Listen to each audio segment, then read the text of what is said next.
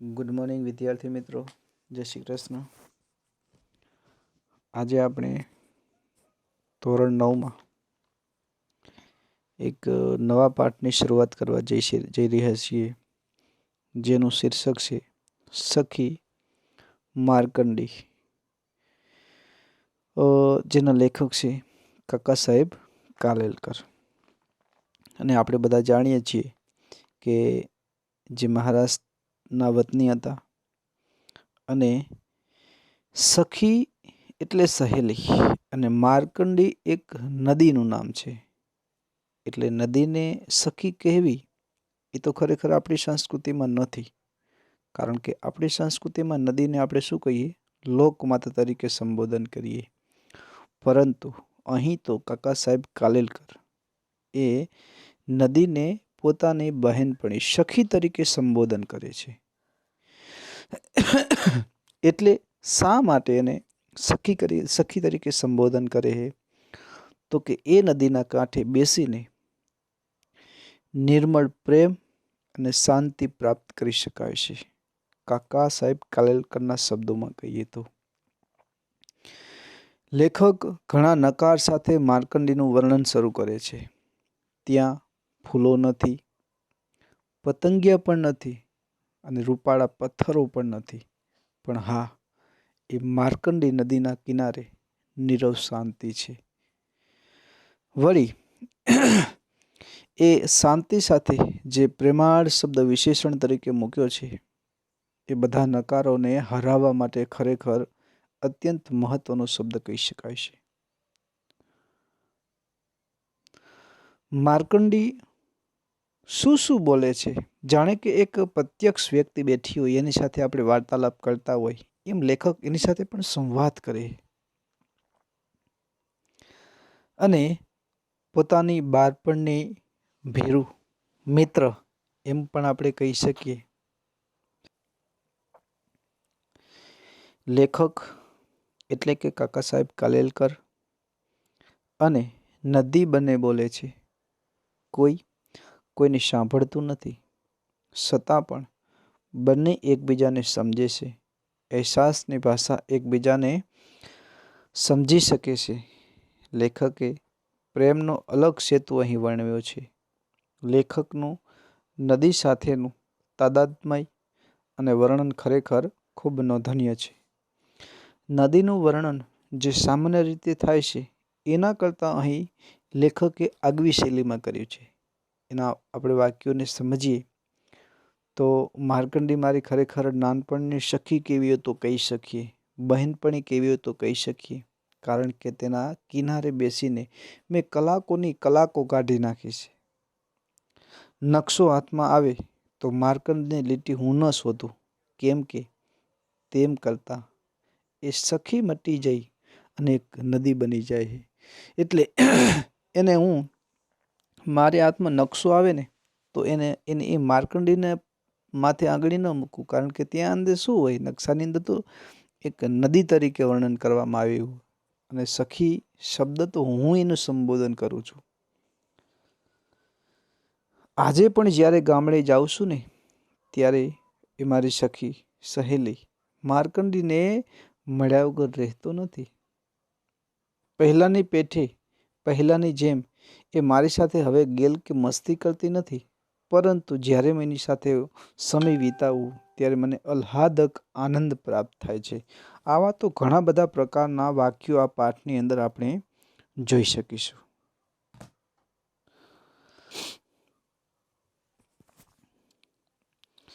જોઈએ આપણે પાઠને તો તેનો લેખક કાકા સાહેબ કાલેલકર. તેમનો જન્મ 1/12/1885. બસ તેમની જન્મ જયંતિ હવે આવે જ છે 2 દિવસ પછી. અને મૃત્યુ 21/8/1981. તેમનું પૂરું નામ જોઈએ તો દત્તાત્રેય બાલકૃષ્ણ કાલેલકર અને મૂળ વતન તેમનું મહારાષ્ટ્રની અંદર આવેલું સતારા ગામના તેઓ વતની હતા.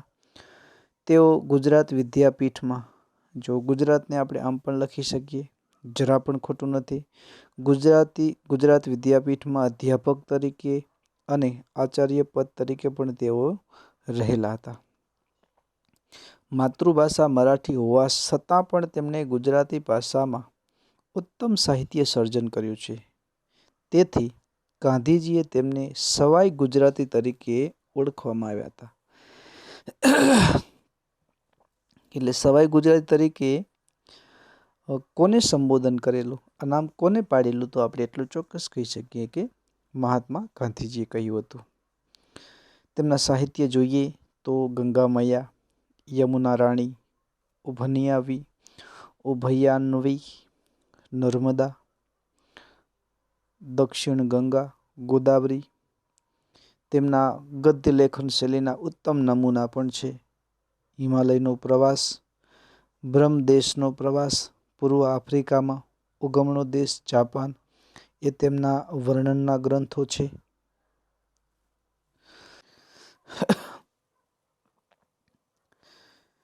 પછી જોઈએ તો રખડવાનો આનંદ, જીવનનો આનંદ, જીવન લીલા તેમના નિબંધ સંગ્રહો છે. સ્મરણ યાત્રા, ઓતરાતી દિવાલોમાં અનુક્રમે તેમણે શૈશવ અને જેલના જીવનના પ્રસંગોને સુંદર રીતે આલેખન કરેલું છે. કાકા સાહેબ ગ્રંથાવલીમાં તેમનું સમગ્ર સાહિત્ય ગ્રંથસ્થ થયું છે. તેમણે સાહિત્ય અકાદમી એવોર્ડ, દિલ્હી તથા પદ્મ વિભૂષણ પુરસ્કારથી તેઓને સન્માનિત કરવામાં પણ આવ્યા છે.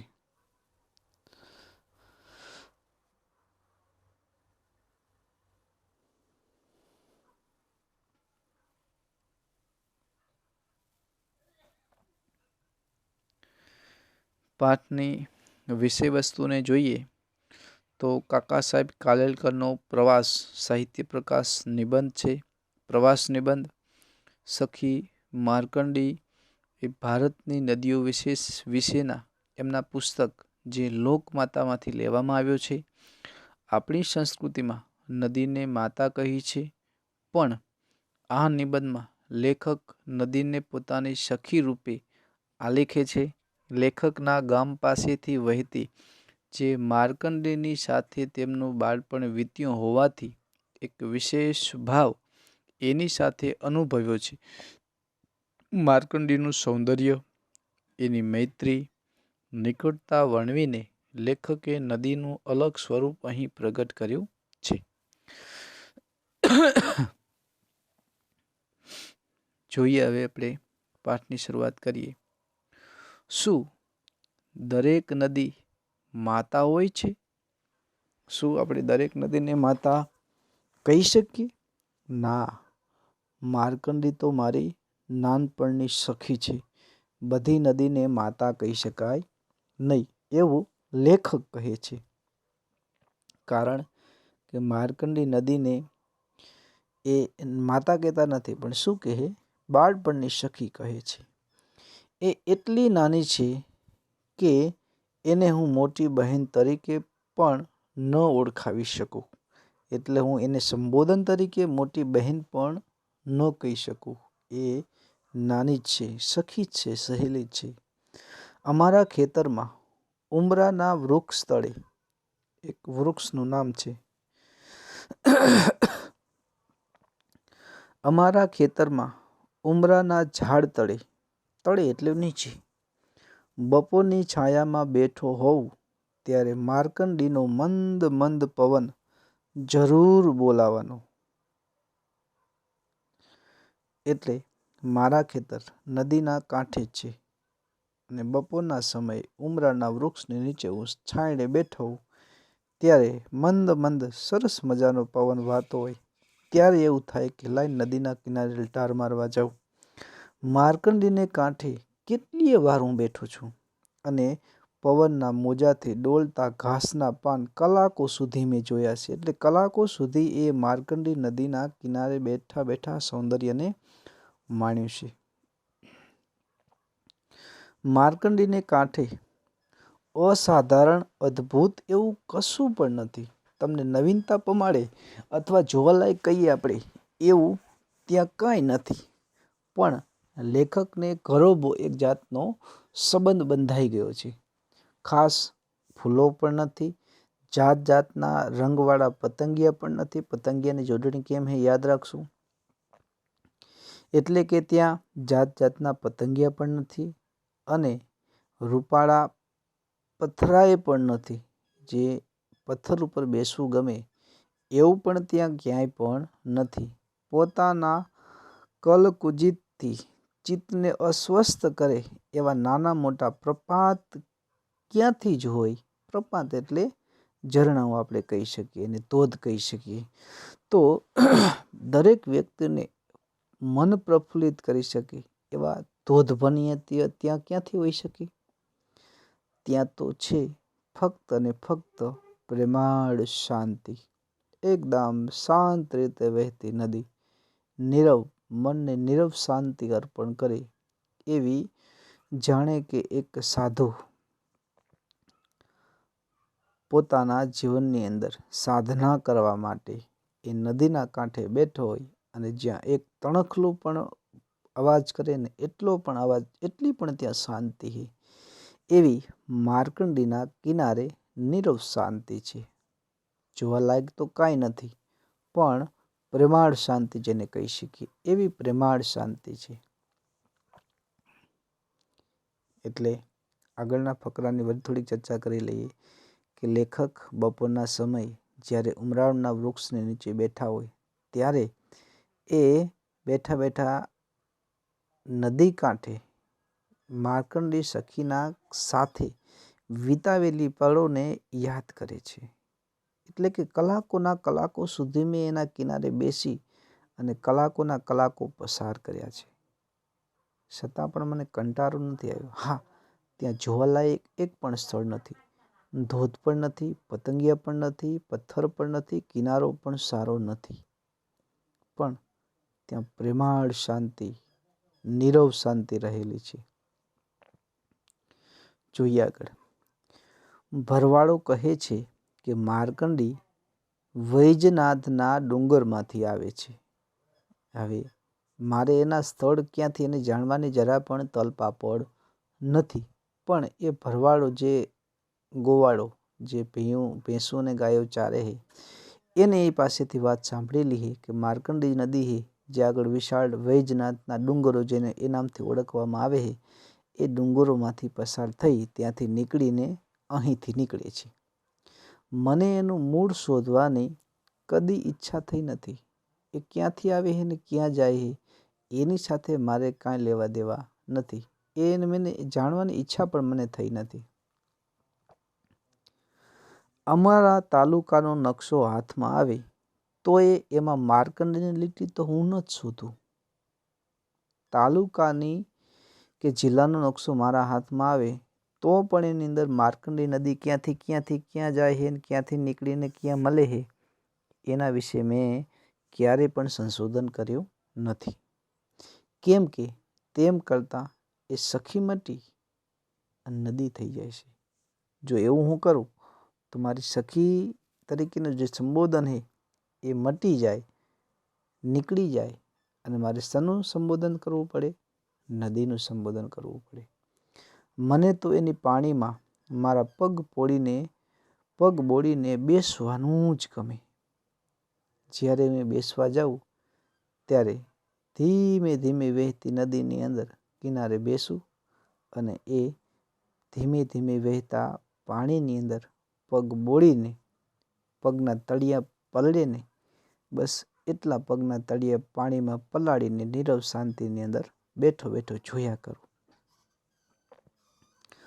પગ મૂક્યો કે તરત જ ખડખડ ખડખડ એવો અવાજ શરૂ થાય. આમ તો અવાજ ન આવે, પણ જ્યારે એની અંદર હું પગ મૂકું ને પછી ધીમા ધીમા અવાજે ખડખડ કરતી વહેતી હોય એવો અવાજ શરૂ થાય. નાનપણમાં અમે કેટલીય વાતો કરતા એકબીજા સાથે બેસી જાણે કે ફેસ ટુ ફેસ બેઠા હોય, સંવાદ કરતા હોય એમ વાતો કરતા હતા. કોણ? માર્કંડી નદી, સખી અને લેખક. એકબીજાનો સહવાસ, વિશ્વાસ, પ્રેમ એકબીજાનો સહવાસ જ અમારા આનંદને માટે બસ થતો. એકબીજા સાથે જે વિશ્વાસ રાખીને વાતો કરતા હતા એ જ અમારા માટે તમામ છે. માર્કંડી શું બોલે છે તે સમજવાની હું તકરાર ન કરું, ઈચ્છા પણ ન રાખું, અને હું જે બોલું એનો અર્થ કરવા માર્કંડી પણ ન ધોભે. હું એની સાથે શું સંવાદ કરું? હું એ માર્કંડી શું બોલે પગ મૂકું અને ખડખડ વહેવા લાગે એટલે એની ભાષાની અંદર જે ચર્ચા કરે તે, પણ એનો મેં ક્યારે એ શું વાતું કરે એનો મેં જાણવાની ક્યારે કોશિશ જ નથી કરી. અને હું જે બોલું હું એનો અર્થ કરવા માટે, એને સમજવા માટે એ ક્યાં એની પાસે સમય? એ તો બસ વહ્યા જ કરે છે. અમે એકબીજાને ઉદ્દેશીને બોલીએ છીએ એટલું જ બંનેને બસ હતું. હું બોલું તો એ ક્યાં સાંભળવા રહે છે, અને એ બોલે તો એનો અર્થ હું સમજી શકતો નહીં, પરંતુ મને તો બસ નીરવ શાંતિ સાથે નિર્લેપ શાંતિ ગમે. એટલે બસ એકબીજાને ઉદ્દેશીને અમે બોલતા રહીએ એટલા અમારા માટે બસ હતું. ભાઈ બહેન ઘણે વર્ષે મળે ને એટલે એકબીજાને 1000 સવાલ પૂછે. ઘણા બધા સવાલો હોય, પ્રશ્નો પૂછે, પણ એ સવાલો પાછળ જિજ્ઞાસા નથી હોતી, જાણવાની ઈચ્છા. જિજ્ઞાસા એટલે જાણવાની ઈચ્છા હોતી નથી. એ તો પ્રેમ વ્યક્ત કરવાનો એક પ્રકારનો લાહવો છે. ખરેખર એ તો એકબીજા પ્રત્યેનો જે પ્રેમ હોય ને એ વાતોથી સરળતાથી, એ વાતોના સંવાદથી એ નીકળી જાય છે.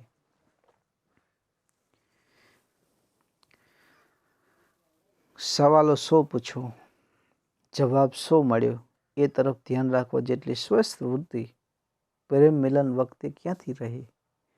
સવાલ 100 પૂછ્યો, 100 એટલે શું પૂછ્યું એ તમે, અને જવાબ પણ શું મળે એના તરફ ધ્યાન રાખવા જેટલી સ્વસ્થ વૃત્તિ, શાંતિથી ધ્યાનથી સાંભળવાનું, એ એકબીજાને મળ્યા હોય એનું કોણ ધ્યાન રાખે છે? અહીં તો માર્કંડીને કાંઠે કાંઠે હું ગીતો ગાતા ફર્યા કરું છું. કાંઠે હું ગાતો ફરું છું.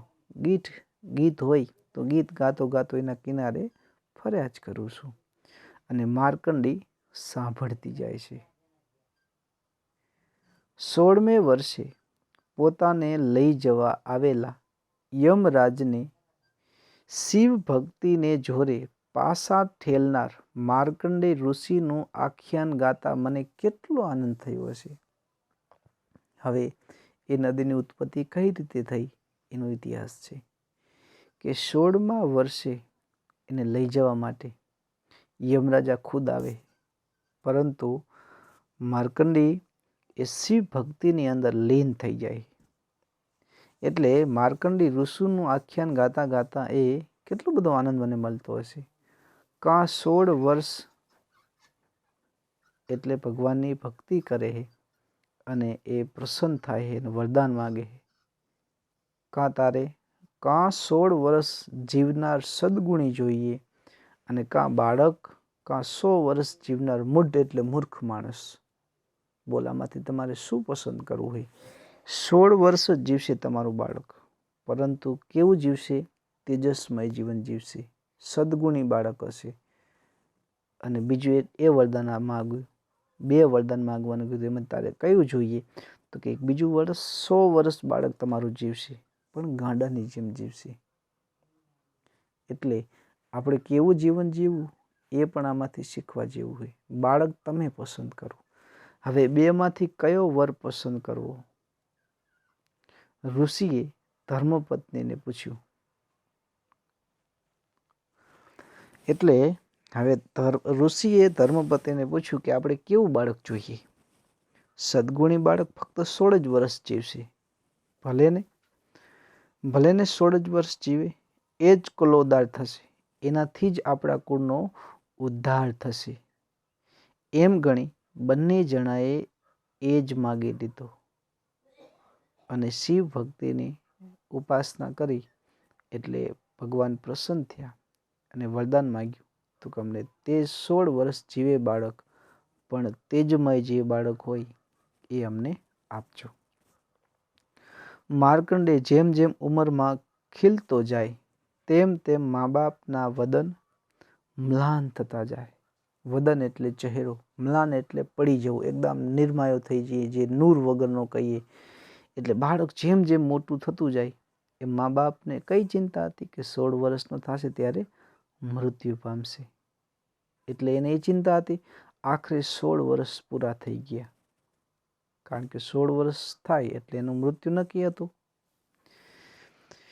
યુવાન માર્કંડે પૂજામાં બેઠો છે. યમરાજ પોતાના પાડા પર બેસીને આવ્યા અને હવે એને લેવા માટે યમરાજ આવે છે.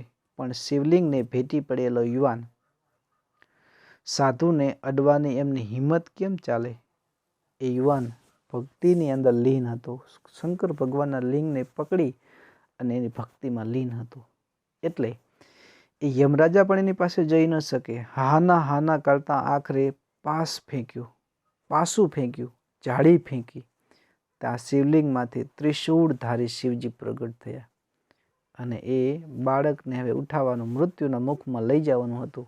એટલે પાસું ફેંકે ત્યારે એ શિવલિંગની સાથે એ શિવજીના ભક્તિની અંદર લીન થયેલા બાળકને બચાવવા માટે ખુદ ભગવાન આવે છે.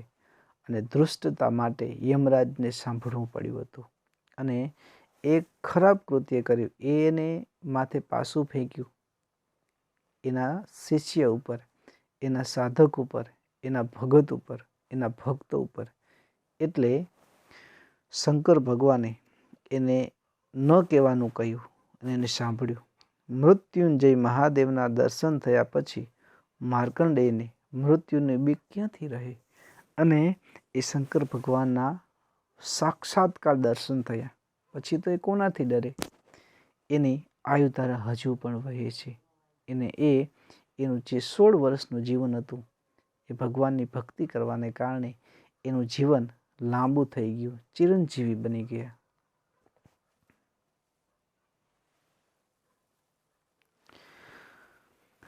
કોલેજમાં ભણતો ત્યારે પરીક્ષા પછી અમારી ભાઈબીજ થતી.